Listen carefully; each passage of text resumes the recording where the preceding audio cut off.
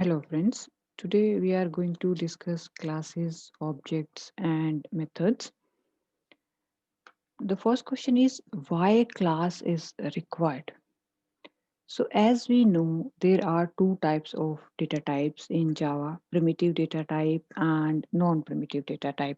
So these primitive data types are integer, float, double, and if we need to store any single value, suppose I want to store age, name or roll number, so we can take any primitive data type and we can store that value inside those variables. But sometimes we need to store multiple values related to a single entity. Suppose now I want to store information about my student. The information is I want to store name of the student, roll number of the student, semester of the student, phone number of the student, address, marks, etc. To store all these values, if I'm using primitive data type, then I have to take these different variables. Like I have to take a string type variable to store the name. I have to take an integer type of variable to store the roll number. Again, integer type of a variable to store semester. So using all these variables, I'm able to store the information related to that student. But the problem is here I have to relate this information. I have to relate all these variables that all this information is related to one student only.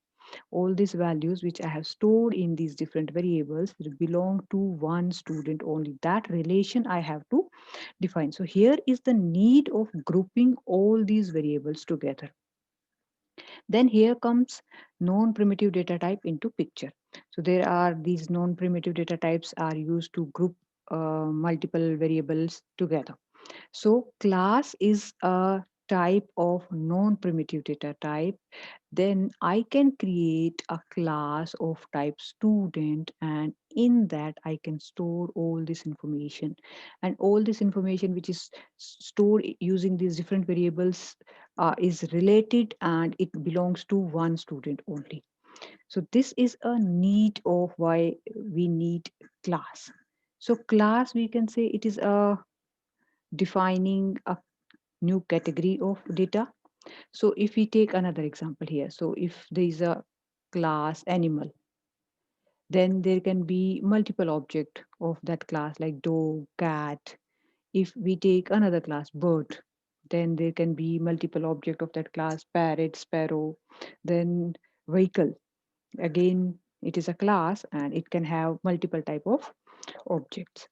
So here also student is a class and we can have multiple student in our class, and all this information will be stored for all those students. So now we understood why class is required. Class is required when we want to store information related to a particular group of objects, all information together, and we want to relate that information. Now we'll see in detail what is a class. So class, we can say it is a way of defining a category of data, or it is a collection of objects which have common properties. Then class is a logical entity. It is not a real world entity. So when we are saying class animal, animal is a logical entity. It is not a real world entity. So that animal class is a blueprint or a template or a prototype from which objects are created. Real world entity are the object of that class, like sparrow, parrot, but class is logical entity. And class does not occupy memory because it is not a real world entity. It cannot occupy memory.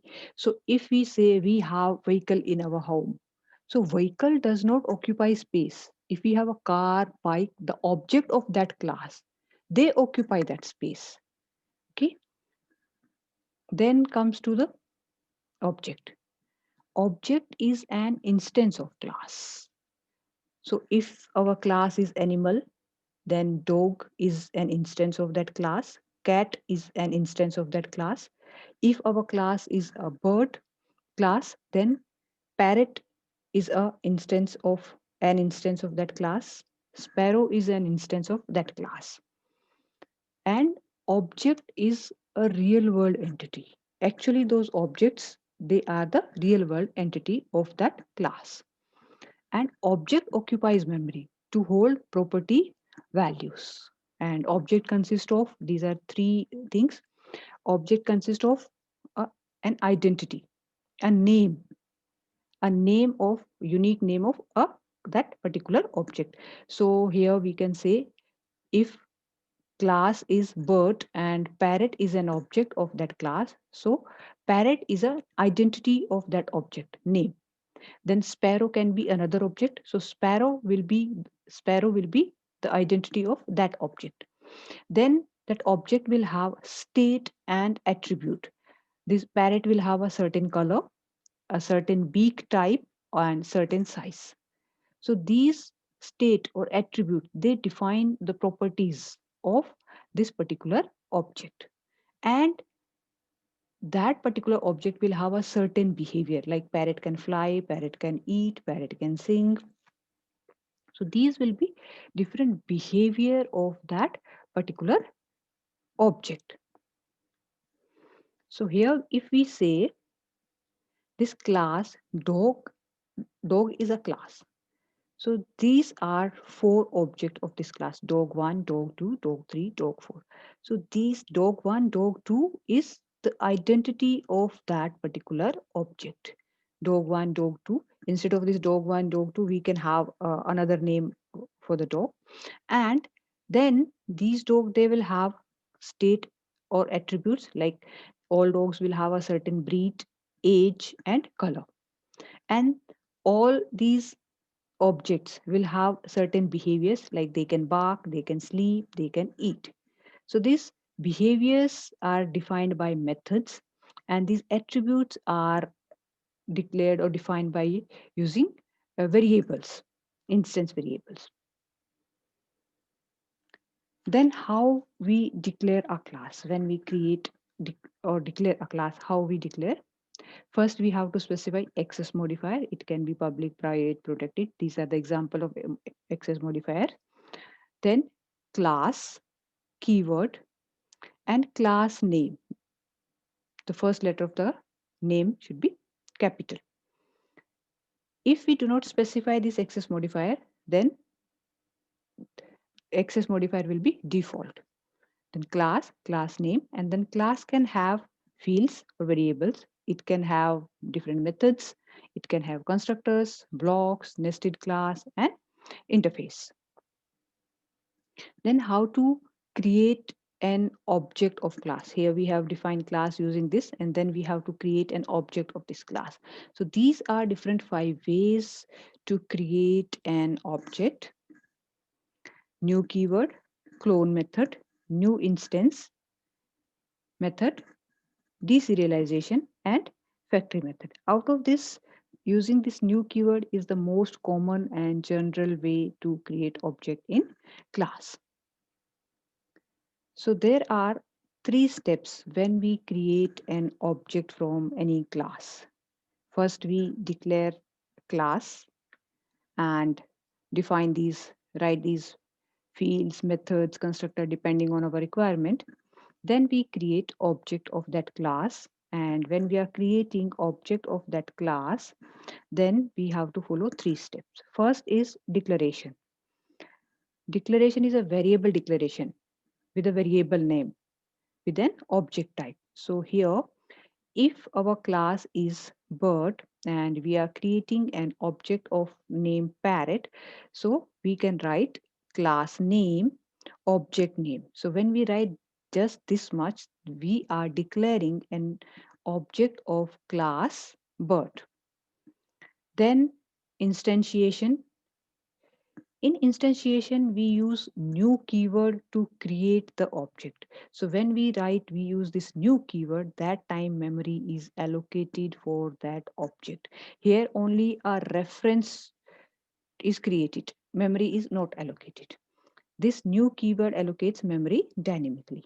And then initialization. So this new keyword is followed by a call to constructor. So this will initialize the new object. So this will be like object name, assigned, new, and class name and parenthesis. This will allocate this bird object memory inside the memory. We can combine both these statements together and we can write like this: class name, bird, object name, parrot, assign new, class name, and parenthesis. This is how we can create an object of any class. Then methods. Method is a set of code which performs a particular task. So method has this particular following this syntax. First, access modifier. It can be public, private, protected. And if we have not specified, it will take default. Then return value type. What type of value this method is going to return. This can be int, float, and if our method is not returning anything, then this will be void. Then method name and list of parameters. Again, this list of parameters can be optional. It can take no parameter, one parameter, two parameter, three parameter, depending on the type of the method and the requirement. And then method body. So here we have taken one example, public, static. These are two different types of modifier which we have used. Int is a return type of this method. Max is a method name, and it takes two variables, int number1 and int num2. And then this is the body of the method which performs certain function, a particular task. What is the use of using having these methods? The use is code reusability and code optimization. Now let me write an example for this. So let's start by declaring a class. So we have to write first access specifier, access modifier. If we do not specify, then it will take default. Then class keyword and class name. The first letter of the class we should keep capital letter. So suppose I take a class name box, then inside this we can take variables or field. So here I take three variables. This will define the state of that state or attribute of this class. So suppose we take three variables of type integer, then we will write method here. This method will define the behavior. So again, the method syntax is access specifier, return type. So this method is not going to return anything, and method name. So suppose we take set value and then parameters. Suppose this method takes three parameters, int L, int B, and int H. Then body of the method. In the body, the parameters which are received here, we will assign this value to these instance variables. So we will assign the value which is received in L to length variable. Then the value which is received in B, we will assign is to breadth variable, and the value which is received in H variable, we will assign it to height. And we'll close this method here. Now we will write one more method in this class. Again, we'll take type public, return type is void, and method name is display. And in this, we will display the value of these variables which we have stored. So for displaying, we will write system.out.println, and we will say length is plus length.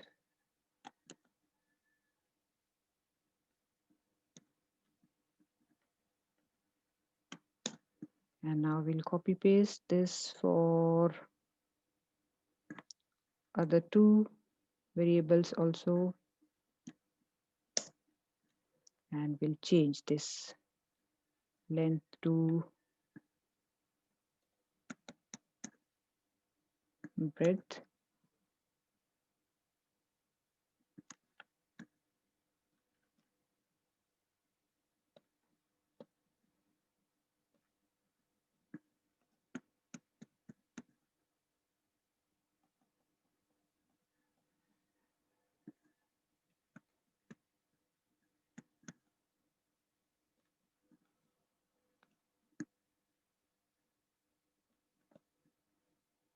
And here we'll change it to height.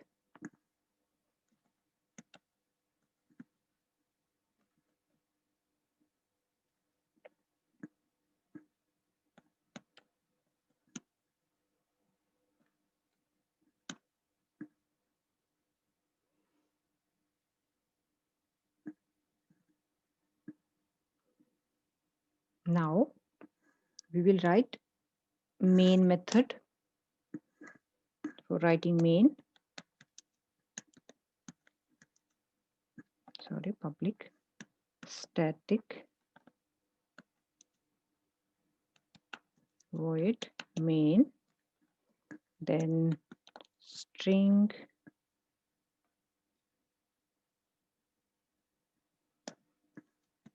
args. Now in this main method, what we have to do, we have to create an object. Suppose here we do not create any object. I just write here statement system dot out dot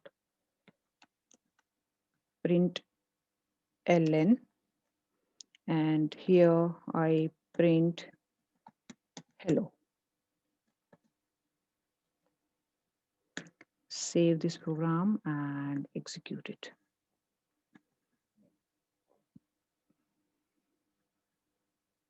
So in this we can see it has printed this system.out.println statement here, but it has not done anything related to these method of this class. To access these methods, what we have to do, we have to create an object of this class. Then how we'll create an object of this class? So here, this is how we will create an object of this class. Class name, object name, we can take any object name, then new keyword, and again we'll call constructor of this class, and semicolon. So this is how we are calling constructor of this class, and this b1 is an object of this class. And using this object we will call method. So b1 dot set value, which is the name of that method, and that method takes three integer parameters. So what we'll do, we will pass three parameters. Suppose we pass 10, 20, and 30, and then we will call that display method using that same object.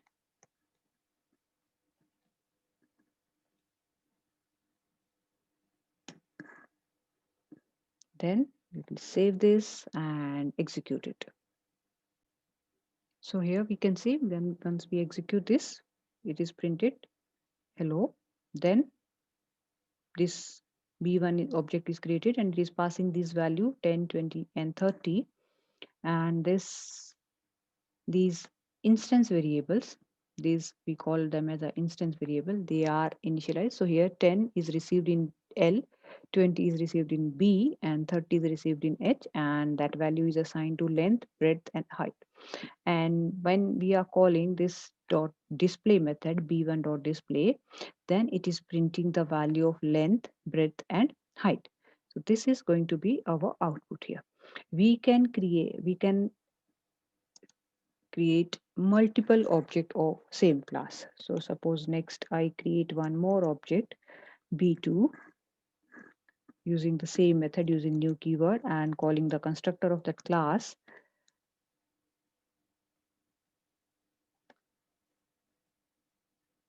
And this time we will not assign value. We will not call this set value method. We will just simply call display method using this b2 object.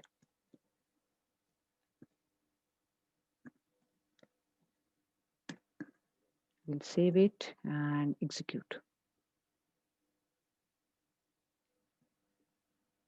So here we can see it has initialized length to 0, height breadth to 0 and height to 0 because the default value of these int instance variable are 0.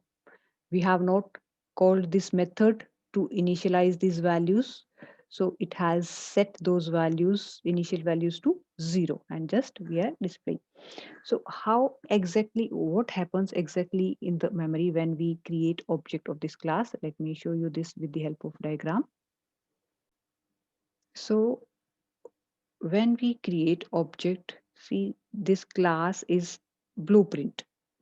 So any memory will not be allocated to this class until we create object of that class. So once we create object of that class, that time memory will be allocated. So here memory will be allocated to this length, breadth and height, and a reference object will be created, b1. So b1 we can say is like an handle to access these values. So a reference object will be created b1 and memory will be allocated. When we pass this value to this set value method, then these instance variables of this class length, breadth and height will be initialized to these values 10, 20 and 30. When we create a new object b2, that time again a copy of this instance variable is created and a handle or a object reference is allocated named as b2, and we have not called this set value method again. So these values will be, when we call this display method, so then these values will be initialized to 0 to default values of this integer instance variables.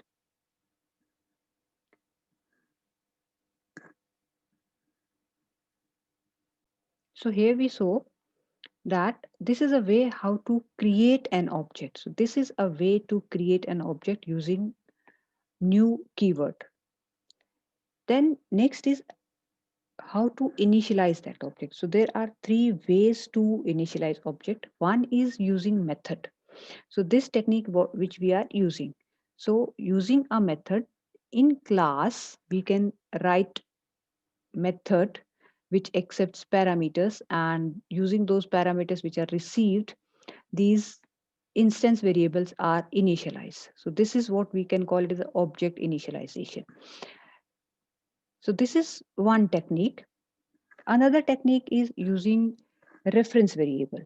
So using reference variable here, suppose we do not want to call this method and pass values. So here using b2, we can refer these instance variables. So this class has different variables, it has different methods, it can have constructors, it can have inner classes, and these methods and these these instance variables can be referred using the object of this class.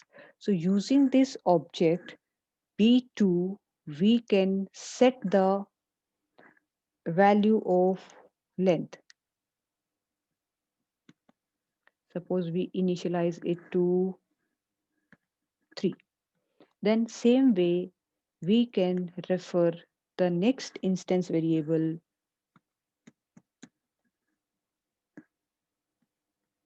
using b2. Oh, we should use b2.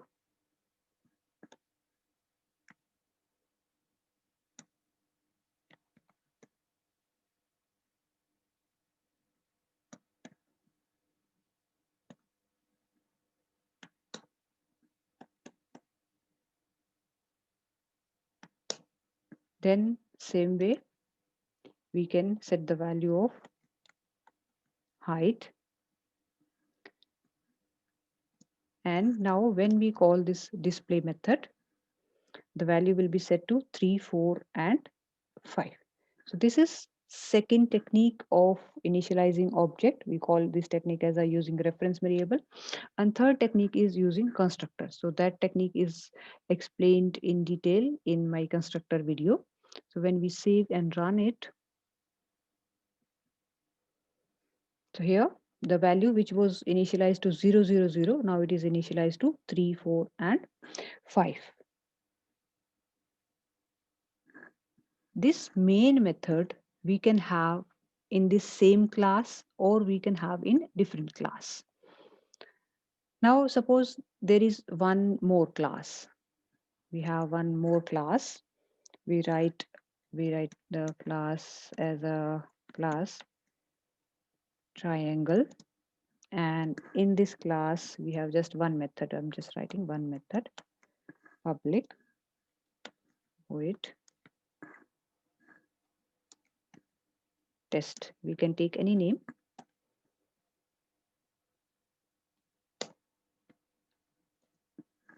and suppose here just we are writing system.out.println, and here we can write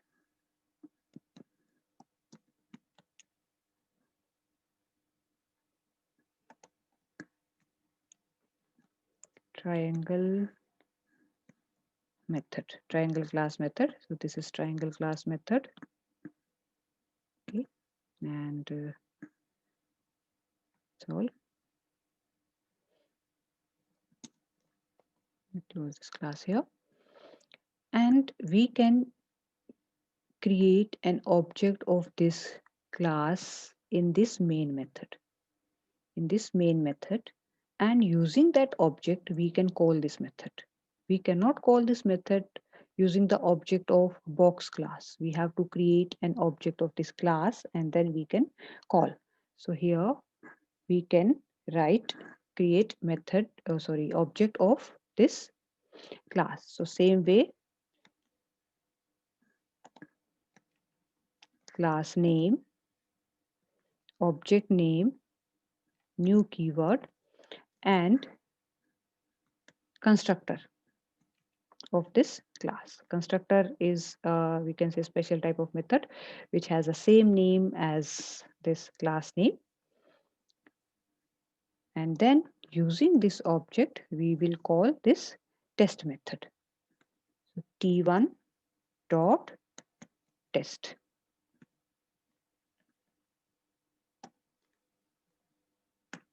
We will save it and execute it. So here we can see this line triangle method is printed. So if we are having more than one class in a program, then when we save that program, then our file name should be same as the class name which contains main method. So here in this we have two classes, class box and class triangle, but class box contains our main method. So that's why we should save it using the class name same as this class name which contains main method. So I have saved it like using box.java. The same program we can write using notepad. In the notepad we can write this complete program, and in the command prompt we can execute that program. First we have to compile this program using java c space file name dot java, and then we have to execute that program using command java space file name. So I hope the concept of class and objects and how to create object and how to call methods using that object and access other variables, this concept is clear. Thank you so much.